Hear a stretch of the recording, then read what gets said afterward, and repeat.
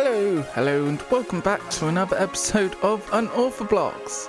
This is episode 67, but we start off today outside my villager trading hall because last episode we also figured out a plot for our next tower build, which is why I've been at my villager trading hall to get a lot of this stuff, quartz, because we're going to be needing a lot of this for our build in today's episode. So I've got 2 shulker boxes full of the stuff.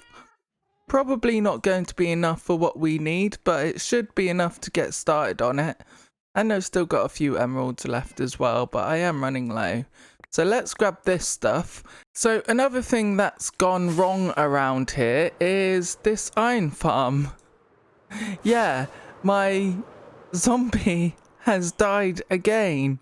So I'm just going to leave this farm like this for now. I'm not even going to bother fixing it or putting a new zombie in here yet because they keep dying and I'm really getting annoyed with it. I think what's happening is the iron golems are spawning on the actual fences there, and then that's just given them enough room to hit the zombie in the minecart because it's standing on that fence here.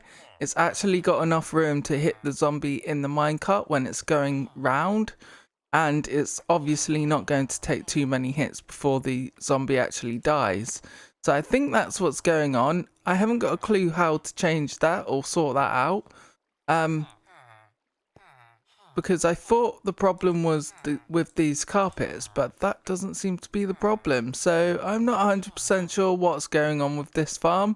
It's been broken since we updated, and honestly, I'm done with it. So I'm just going to leave it like that. We've got enough iron for hopefully the rest of the season, so I don't think we've got to worry about that. But if we do need to worry about iron, then I'll have to sort that one out when we come to it. But I think we'll be okay. So now we've got that done, let's go back to our base and get started on today's episode. We've made it to our base now, and this is the area we set aside last episode to do our build. So what I'm going to do for now is basically just drop these shulker boxes off here. We will get to this later on in today's episode, but I think what I would like to try and do is actually finish off these cliffs over here first. So this is what we started off last episode, and I basically just need to continue this all the way down with the orange terracotta there to about this area here, I think, and then get some red terracotta to finish it off. So I think I'm going to start off with doing this first, just so it's out the way and done with. So let's start the music and start that time lapse.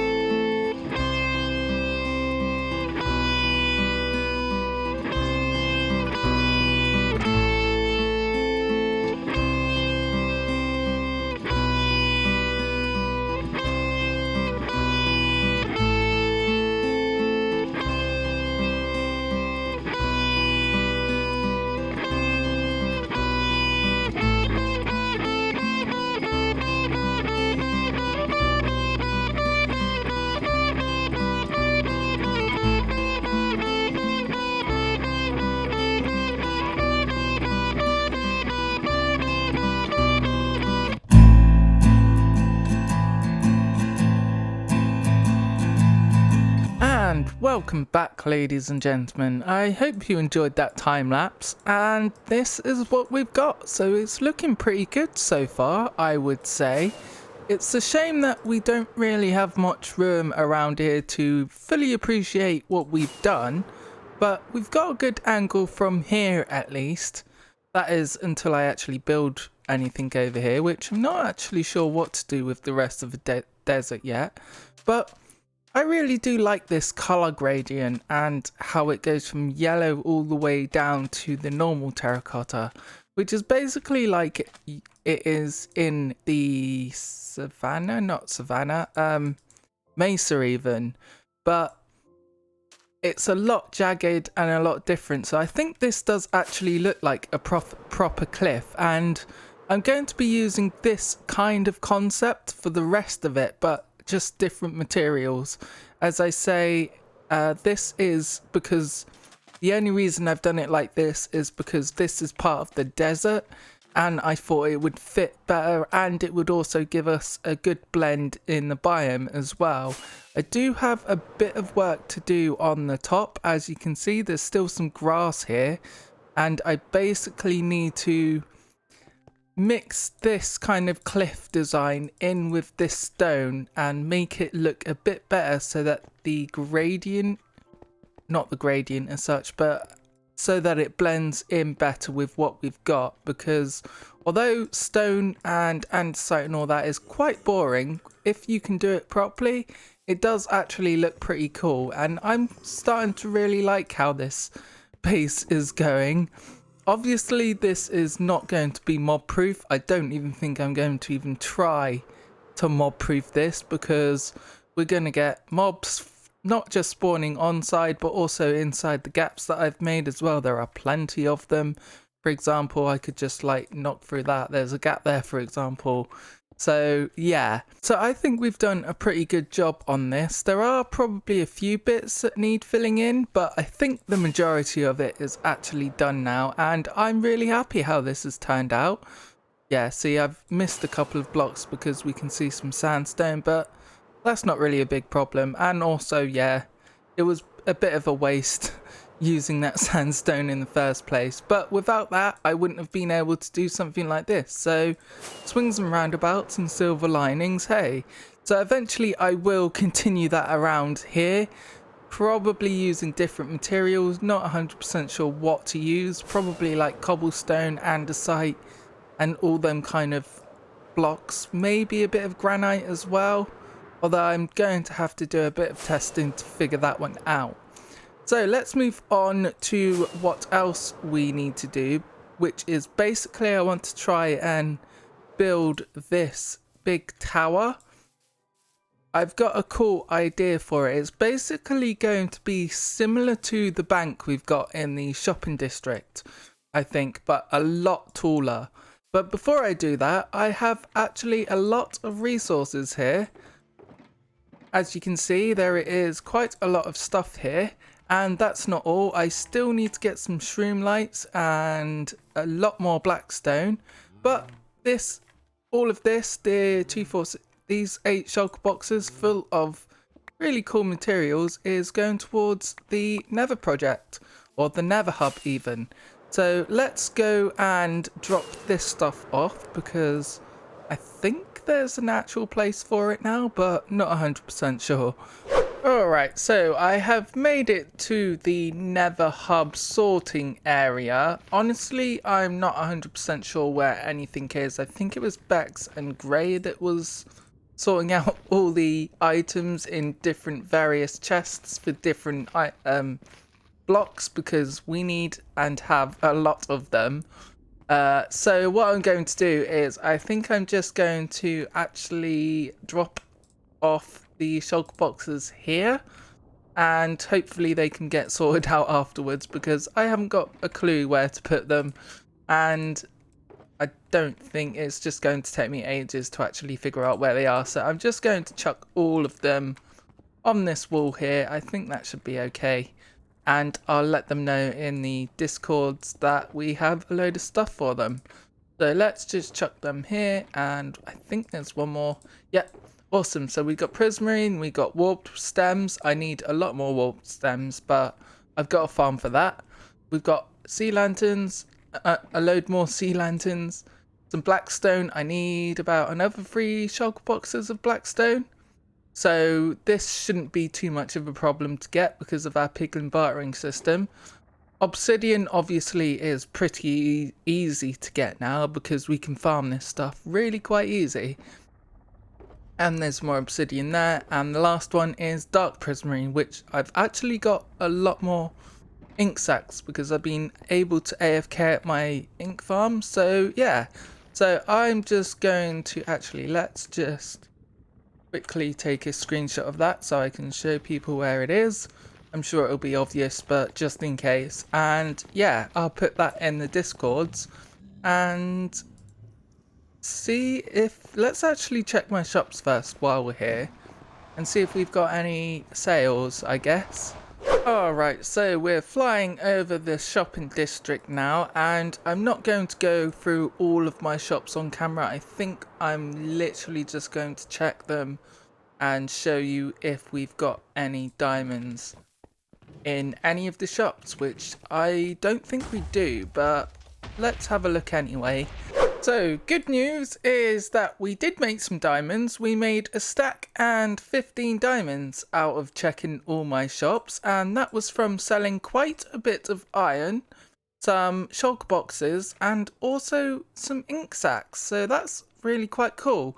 We also sold a few ender chests as well, so I've got to give Shelly some diamonds, which we sold 3 ender chests at 2 diamonds each, so she gets 3 diamonds as well, which is awesome. So I was actually surprised at that, because normally when I go around checking my shops, there's nothing in there. It's only when I wait a few weeks we actually get diamonds, but I'm happy at that. We got at least over a stack of diamonds, which is really good. Right, so let's drop off these diamonds in there, and now we can get off there, and now we can get off to our base and start building our tower. Right, so we've made it to our base again for like the 5th time in this episode, and I do actually have some materials here. Not 100% sure if I've showed you or not, but this build is basically going to be a lot of quartz, which is why I've got a lot here, and emeralds, because I've been trading with villagers to get this quartz. So I'm not 100% sure if this is going to be enough, but this will definitely get us started. And I may have to just do some piglin bartering or villager trading to get the rest, but I think we can at least make a good start on this build. So without further ado, let's start another time lapse.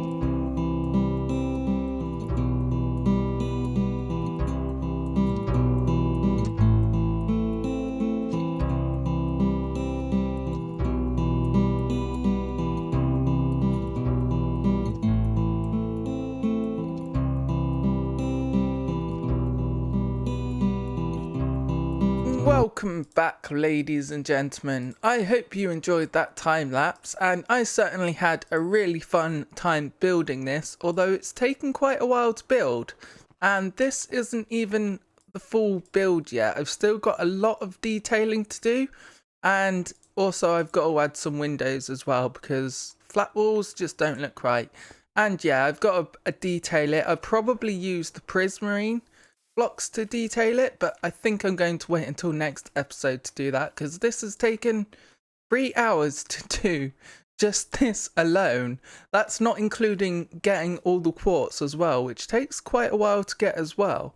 So I had to go back to my villager trader and get a lot more quartz because what I did have, about 2 shulker boxes, just wasn't enough. So I've got a lot more quartz here, which we've got. So I think we've got enough to finish this build anyway. We've definitely got enough prismarine to finish this off as well. So that's all good. But yeah, so I was wondering how to detail this. And as you may have saw in the time lapse, this prismarine was actually quartz, but then I was like on the Discord, how can I detail this? Because it looks a bit flat. And I got some cool ideas. One was to use a different colour like gold or turquoise, which is why I've got the prismarine. And another idea was to actually add a load of leaves around it as well. So I might actually do that in the next episode. Got to get a load of leaves though, so that's not really going to be hard to get. So I think for now I'm going to leave this and settle on it for the next episode. We will definitely get this done by the next episode because I'm actually really liking how this is going. And it's quite tall as well. If we go up here and we press F3, we are at 186, and the top of there, from that point there where my cursor is 185. So we're already slightly taller than that building there, not including the bell tower, of course. So I think going on with that globe, I'm going to actually add another globe onto the top of this build as well. But I'm going to wait until next episode for that because I think I need to get a lot more stuff for this.